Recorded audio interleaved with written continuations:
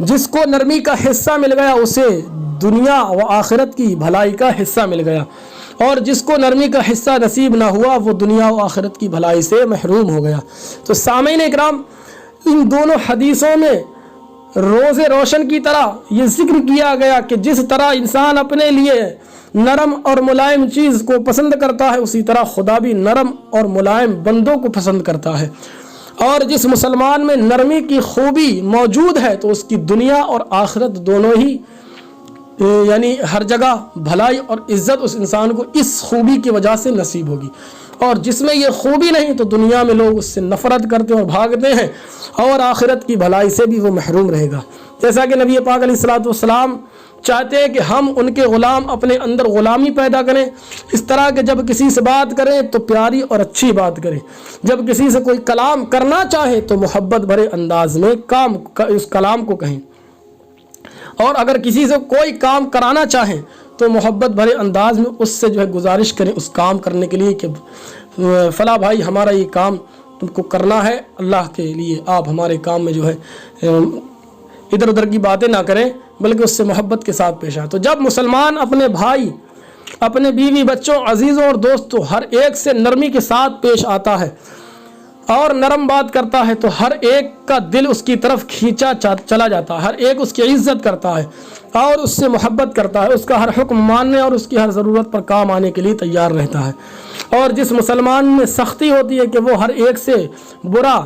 چہرہ بنا کر سخت انداز میں بات کرتا ہے تو لوگ اس سے نفرت کرنے لگتے ہیں، یہاں تک کہ اس کے بیوی بچے تک اس کو پسند نہیں کرتے۔ پس مسلمان کو نرم زبان والا، نرم عادت والا بننا چاہیے کہ وہ خود بھی دوسروں سے محبت کرے اور دوسرے بھی اس سے محبت کریں۔ تو آئیے حضرت ابو ہریرہ رضی اللہ تعالیٰ عنہ سے ایک روایت ہے، نبی پاک علیہ الصلوۃ والسلام نے ارشاد فرمایا کہ ایک عورت صلہ رحمی کی وجہ سے، رحم کی وجہ سے جو ہے بدکار تھی، فاحشہ تھی، لیکن اس نے ایک دنیاوی جانور کے ساتھ یعنی کتے کے ساتھ ہمدردی کا مظاہرہ کیا، اور وہ ہمدردی کیا کہ ایک راستے سے وہ نکل کے جا رہی ہے، راستے میں کتا تڑپ رہا ہے،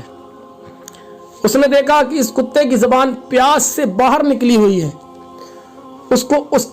کتے کی اس حالت پر رحم آ گیا۔ ناظرین کرام، وہ عورت تھی تو فاحشہ بدکارہ تھی، گنہگار تھی، لیکن اس کے دماغ میں ایک ترکیب سوجی، برابر میں ایک نالا بہ رہا تھا، ایک کنواں بہ رہا تھا جو تھا موجود تھا، وہاں تک اس کا ہاتھ نہیں پہنچ پاتا تھا، اس نے اپنے پیر سے جو ایک موزہ نکالا، اس موزے کو اپنے دوپٹے میں باندھا اور اس دوپٹے میں اس موزے کو باندھ کر کنویں کے اندر ڈالا اور اس کو پانی میں بھگونے کے بعد اس کتے کے منہ میں وہ پانی نچوڑ دیا، جس کی وجہ سے اس کتے کی جان بچ گئی۔ سبحان اللہ۔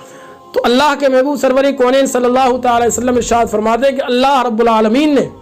اس عورت کی اس نیکی اور صلہ رحمی کی وجہ سے مغفرت فرما دی۔ تو نبی پاک علیہ الصلوۃ والسلام کے اس فرمان سے ہم کو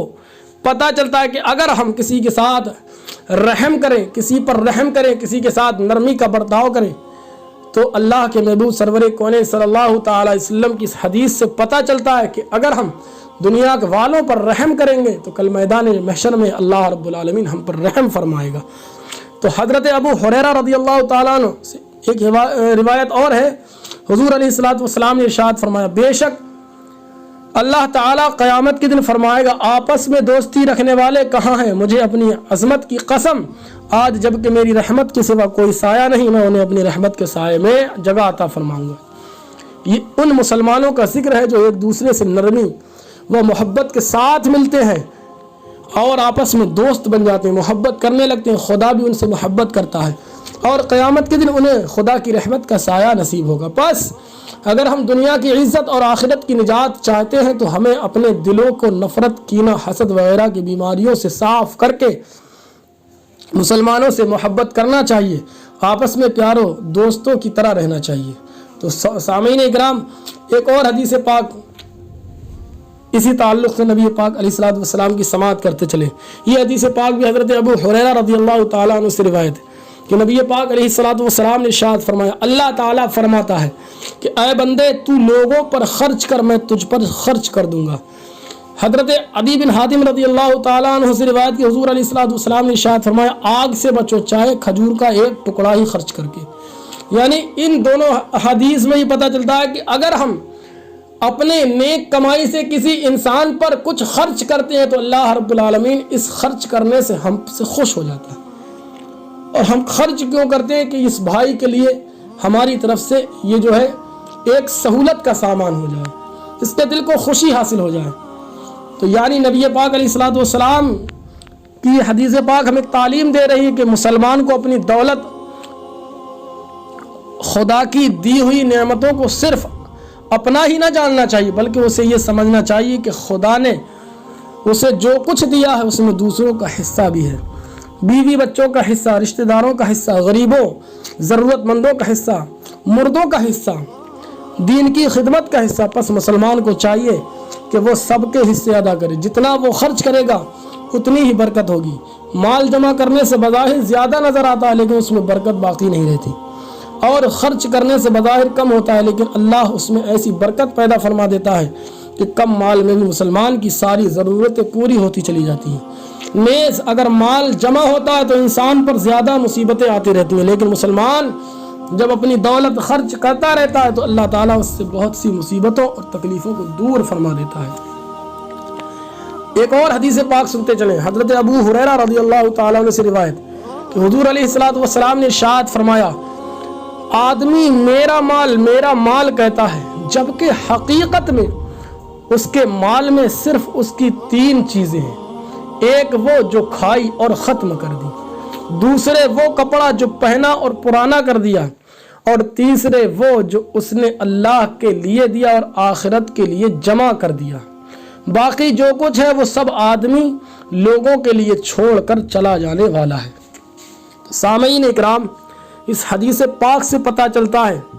کہ ہمارے پاس اگر مال دولت جمع ہے تو ہم کو اپنے اعزاء اقربا کا بھی خیال رکھنا چاہیے اور اس سے اللہ کی مخلوق کی خدمت بھی کرنا چاہیے. اللہ کی مخلوق اگر پریشان کہیں ہے اور ہمارے پاس دولت ہے تو ہم امیر نہیں کہلاتے, کیونکہ ہم امیر تو ہیں لیکن سخی نہیں ہیں, اور جس کے پاس سخاوت نہیں وہ امیر کسی کام کا نہیں. تو ناظرین اکرام, بہرحال مواسات یعنی رحم اور صلہ رحمی مسلمانوں کی ایک ایسی خوبی ہے جس کے ذریعہ اپنی دنیا کو بھی بہتر بناتے رہنا چاہیے اور آخرت میں بھی اجر و ثواب پانے کے حقدار بنتے رہنا چاہیے. رمضان کا مہینہ اور اس کے روزے خصوصی طور پر مسلمانوں کے اندر صلہ رحمی کا جذبہ پیدا کرتے ہیں. یہی وجہ ہے کہ عام طور پر اس مہینے یعنی مسلمان آپس میں میل و محبت کو ظاہر کرتے ہیں. کاش جو میل و محبت ہمارے اندر اس مہینے نظر آتا ہے وہ ہمیشہ کے لیے ہماری زندگی کا حصہ بن جائے. تو ناظرین اکرام, نرمی جس چیز میں ہوتی ہے, آج انسان مغروریت کا پتلا بنتا چلا جا رہا ہے. کوئی انسان مالدار ہے, کسی انسان کو اللہ رب العالمین نے بہت سا مال عطا کیا ہے تو وہ اپنے مال پر پھولے نہیں سما رہا. ناظرین اکرام, یہ دولت اللہ رب العالمین کی دی ہوئی ہے اور رب جسے چاہتا ہے دیتا ہے, رب جس سے چاہتا ہے لے لیتا ہے, کیونکہ ہمارے پاس جو کچھ ہے وہ سب اللہ رب العالمین کا ہی دیا ہوا ہے, ہمارا اپنا کچھ نہیں. آج انسان یہ دیکھ لے, پوری دنیا کے اندر لاک ڈاؤن کی استھتی ہے, مہاماری کا دور چل رہا ہے, انسان پریشان ہے. میرا مال کرنے والے آج اپنی اس دولت کو بیکار سمجھنے لگے. کیوں کہ اس دولت کی وجہ سے اگر ان کو یہ بیماری لگ رہی ہے تو یہ دولت ان کے کسی کام کی نہیں رہ رہی. اس دولت کی بنا پر یہ اپنے آپ کو جو ہے سرکشت محسوس نہیں کر رہے. کیوں؟ اس دولت کو تو جب ہی استعمال کیا جائے جب اس دولت کی وجہ سے اس مہاماری, اس وبا کا کوئی علاج پایا جائے. کوئی علاج نہیں مل رہا. اس مہاماری کا علاج کیا ہے؟ اللہ رب العالمین کی ذات پر بھروسہ رکھیے. سامعین اکرام, ناظرین, آپ اس بات کو غور سے سنیں کہ آج جو مہاماری کا دور چل رہا ہے, بڑے بڑے دیش اپنے آپ کو سپر پاور بننے کی کوشش کر رہے تھے. کچھ دیشوں نے, کچھ ملکوں نے اپنے آپ کو سپر پاور گھوشت کر دیا, لیکن آج وہ ان دیشوں سے یہ خبریں آ رہی ہیں کہ ان کے سپر پاور جو بادشاہ ہیں اپنی عوام کے لیے کچھ نہیں کر پا رہے. کیوں؟ انہیں یہ پتہ نہیں کہ ہمارے ہاتھ میں جو حکومت ہے وہ صرف اللہ رب العالمین کی دی ہوئی ہے۔ سپر پاور اگر کوئی ذات ہے تو وہ پروردگار عالم کی ذات ہے۔ تو ناظرین اکرام، ہم اپنی دولت پر پھولے نہ سمائیں، ہم اپنے آپ کو مغروریت کے دہلیز پر نہ پہنچائیں، اپنے آپ کو مغروریت کا قلعہ نہ بنائیں، کیونکہ ایک دن ایسا آتا ہے کہ ہمارے پاس مال بھی ہوتا ہے لیکن ہم اس مال کا منہ دیکھتے دیکھتے اور منہ کے بل گر پڑتے ہیں۔ تو ناظرین اکرام، اپنے آپ کو ہوش کی دوا لینا چاہیے۔ جو کچھ کرنے والا ہے وہ پروردگار عالم کرنے والا ہے۔ تو اس لیے اپنے پیارے آقا علیہ الصلاۃ والسلام کی سیرت پر عمل کرتے رہنا چاہیے کہ جو کچھ بھی رب نے دیا ہے پیارے آقا علیہ الصلاۃ والسلام کے توسل سے دیا ہے، تو ہم کیوں نہ اپنے اس مال کو اللہ کے محبوب سرور کونین صلی اللہ تعالی علیہ وسلم کے فرمان پر عمل پیرا ہوتے ہوئے اپنے غریب بھائیوں، محتاج بھائیوں کے اوپر خرچ کریں، تاکہ ہمارا یہ مال ہمارے لیے وبال جان نہ بن کر ہمارے لیے ذریعہ نجات بن جائے۔ ناظرین اکرام، اللہ کی بارگاہ میں ہم اور آپ کو یہی دعا کرتے رہنا چاہیے کہ پروردگار عالم ہم سب کو ایک دوسرے سے سچی محبت، نبی پاک علیہ الصلاۃ والسلام کا عشق اور اپنا خوف پروردگار عالم ہمارے دلوں کو عطا فرمائے۔ آپس میں ہم مسلمان ہیں، مومن ہیں، ایمان والے ہیں، ایک دوسرے سے سچی محبت رب کائنات ہم کو عطا فرمائے، اور اللہ رب العالمین ہم کو اس دنیا کے اندر جب تک زندہ رکھے ساتھ ایمان کے، خیر و عافیت کے ساتھ، اور جب پروردگار عالم کی بارگاہ میں ہماری حاضری کا وقت آئے تو ہم اللہ کی بارگاہ میں یہی دعا کریں کہ پروردگار عالم ہمارا ایمان سلامت رکھے۔ اللہ کی بارگاہ میں دعا ہے کہ رب کائنات ہمارے ان جملوں کو اپنی بارگاہ میں قبول منظور فرمائے۔ رب کائنات ہم سب کو عمل خیر کی توفیق و رفیق عطا فرمائے۔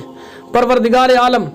ہم سب کو نیک بننے اور دوسرے لوگوں کو نیک بنانے کی توفیق عطا فرمائے۔ اللہ ہم سب کو اجر عظیم عطا فرمائے۔ تو سامعین اکرام، مجھے امید ہے آپ کو یہ ویڈیو پسند آیا ہوگا۔ تو ناظرین، اگر آپ کو یہ ویڈیو پسند آیا تو آپ اس ویڈیو کو شیئر کر دیں تاکہ ہماری بات دوسرے لوگوں تک پہنچ جائے۔ اللہ حافظ، السلام علیکم ورحمۃ اللہ تعالیٰ۔